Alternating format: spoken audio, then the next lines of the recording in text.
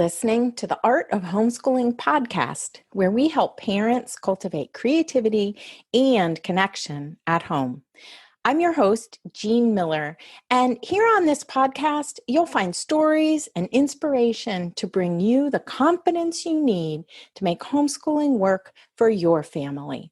Let's begin.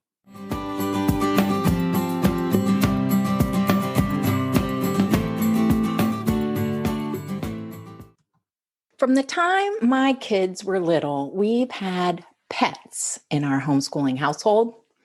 I have so many fun stories to share, along with 3 things I think owning pets can teach our children. Welcome to episode 22 of the Art of Homeschooling podcast, all about pets in our homeschool. So really, ever since I was a little girl, ever since I can remember, really, I've loved animals. And in my family of origin, I was known for bringing stray animals home.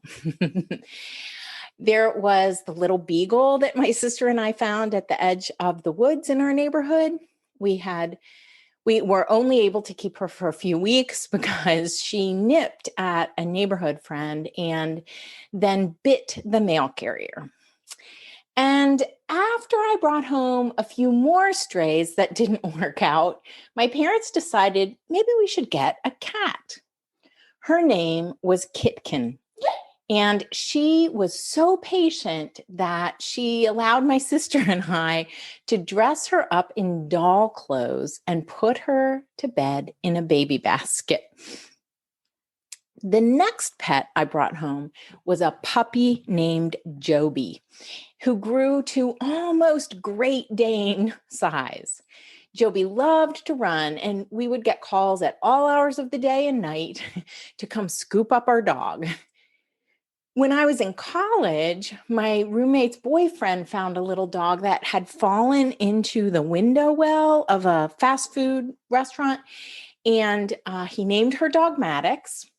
She was much loved. She took turns staying at various apartments on campus. But on holidays, I always got to bring Dog Maddox home to my parents' house. On graduation day, no joke, Dog Maddox walked with me as I received my diploma. And then the next day, the local paper ran a cover story about graduation with a photo of our little dog walking across the stage. When Brian and I got married, I brought a cat into the relationship. Sasha had, of course, been a stray. She was found on the side of the New Jersey Turnpike by a coworker on her way into work in New York City. And Sasha was very feisty, especially with Brian. One time, years later, she bit Brian and sent him to the ER, but that's a story for another time. Brian also grew up with pets, but not quite as many as I did. His family had a dog named Mike, and once Brian tried to secretly keep a rabbit as a pet in his closet. That didn't last very long. But I don't think Brian really had any idea what he was in for once our kids came along. So the first pet that Brian and I got together was a puppy named Sally. And this was after we got married. We decided we weren't quite ready to have kids yet. So we'd get a puppy. Soon after, surprise, surprise, we had both a young dog and a baby. Then came 2 more dogs, and I remember how it would take me half a day sometimes to walk the dogs while pushing a stroller and pregnant with our second child. That would have been a sight to see. I wish I had a picture of that scenario as I look back. So there we were, a young family with 3 dogs and 2 cats. Remember Sasha? And we'd acquired another cat along the way named Shiva. And it should come as no surprise that then when we began homeschooling, pets were always part of the picture. One of the amazing things about our cat Shiva was that when one of the kids would have a meltdown, like during those toddler years, Shiva would appear to comfort them. We have this great photo of our oldest son, Isaac, asleep in a chair after a major meltdown with Shiva curled up in his lap. The first pets the boys got themselves, I think, were lizards. They were geckos, to be specific. And they were really fascinating to watch. They had these great warming lamps that they would sun under, and they were super fun to feed. They nibbled on lettuce in this like really delicate way. Then along came another cat named Katie. She was our son Ben's cat. And Ben inherited my love for animals. I think all three kids did, but particularly Ben. As a young teen, he got to volunteer at our veterinarian's practice. Our vet had this really cool mobile clinic set up in an RV. She used it to make out house calls. And then she invited Ben to travel with her and a crew to New Orleans after Hurricane Katrina to help care for all the injured and stray animals from that disaster. Of course, having a child work for a vet, I will tell you, brings more animals into the home, right? So just in case you're wondering. All three kids also raised rabbits and were members of a 4-H club. And going to the county fair was such an exciting experience where they would show their animals and be part of all the activities in the small animal barn, as it was called. So even though we live in a first-ring suburb of a large city, my kids all got to experience a taste of country life through raising animals. Like I've hinted, we've always had dogs. And one of the great things about having a dog is that it gets us all outside in all 4 seasons of the year. And here in northeastern Ohio, we sometimes need a little extra encouragement in the middle of winter to get our bodies out the door. Walking a dog is great for that. Okay, next came a little dwarf hamster. One time she got away during cage cleaning and disappeared into the closet of one of the kids' bedrooms, which of course was full of things, clothes on the floor, toys on the floor, you know the picture. We looked all over for hours and hours. We even looked for little holes in the wall or places where this little critter might have escaped into. No luck finding her. So we assumed that one of the cats had captured this little hamster or that somehow it got away and we were never going to see her again. Then one day, almost 3 weeks later, one of the kids noticed evidence that something had been getting into and eating the hamster's food. So we left this little trail of kibble, the little tiny hamster food pellets, and watched and waited. Much to our surprise, there was a little hamster that appeared one day. We have no idea where she had been hiding, but she was put back into her cage. And after there had been many tears of sadness shed over the loss of this little creature, we had tears of happiness that day.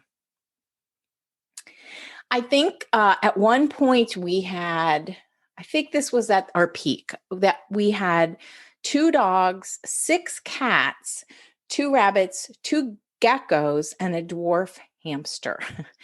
We gained our 6th cat the year my husband's cousin David died very unexpectedly at a young age. I remember a few days after the funeral, and as the grief began to lift just ever so slightly, I turned to Brian and said, "Didn't David have a cat?" So off Brian went to David's apartment to rescue Charlie. It took Charlie a while to warm up to us, and our menagerie living in our house. He'd always been the only pet in his family, and David worked really long hours, so he'd spent a lot of time alone. But then over time, Charlie became one of the most affectionate kitties, and he would just love to curl up at our feet when we were sitting at the dining room table or reading on the couch. When the boys were around 7 and 9, they started a little business called We Care Pet Care. Yes, they came up with that name. And they created flyers, took them around the neighborhood, and started dog walking and pet sitting for our neighbors. I remember the little cockapoo. I can't remember her name, but she would be dropped off here at our house for the day, 2 days a week for doggy daycare. She was a great companion during circle time, super active, and she loved to run around the circle and during homeschooling lessons. I honestly think that caring for pets is such a great learning experience for kids. And here are the 3 things that I think owning pets teaches children. 1, responsibility. 2, unconditional love. And 3, the cycle of life and death. So, first, there are a lot of responsibilities in owning pets, right? So these were always part of our chore chart. Every chore chart I ever made, I made plenty. From feeding and watering, grooming, to cage cleaning, walking, playing with. There's so much to take care of on a daily basis. Pet care was a part of our daily rhythm, and all throughout our homeschooling years, and really for my kids' whole lives, we've had that pet care as part of our daily chores. Secondly, I think that we can all learn a lot about love from the animals we care for. They depend on us, of course, but also they love us unconditionally, without words, without conflict. Our relationships with animals are really much simpler without some of the complications of our relationships with each other. And to me, that's a really good thing. And finally, the lessons involving the cycle of life and death are brought by having pets. Of course, it's not easy when a pet dies. They're such a part of our families, and they're so deeply loved and great companions. When they go, there is a deep loss. This experience of the life cycle is not easy, but it's a healthy one for children to experience. Just yesterday, I was reading this great quote, and I don't remember the whole quote, but it's a quote by Mr. Rogers of Mr. Rogers' Neighborhood. And it talks about how love is big enough for sadness. And I think that's a really important lesson for all of us as human beings. Now that my kids are grown, we're down to 2 cats and a dog. Our dog Gus is really the mascot here at Art of Homeschooling. He's my steady companion each day as I write and record and mentor homeschooling parents around the world. We got Gus the same year that I started my website. So my very first blog post, I didn't know what to write about or even what it would look like how to blog and all of that. So my very first blog post is about our new puppy, Gus. It's true. And crazy as it may sound, as I'm writing this very episode, we get this group text from our son, Ben, just now, who sent us photos and a little video of chicks he's hatching in their incubator. These little peepers are so adorable. And he includes a little video of one actually pecking its way out of the shell. And it just warms my heart because the legacy continues. This episode was just so much fun to put together, reviewing all these pet stories, and there are plenty more. I just gathered a few for you here, but it was such a joy for me. And wow, there have been a lot of animals.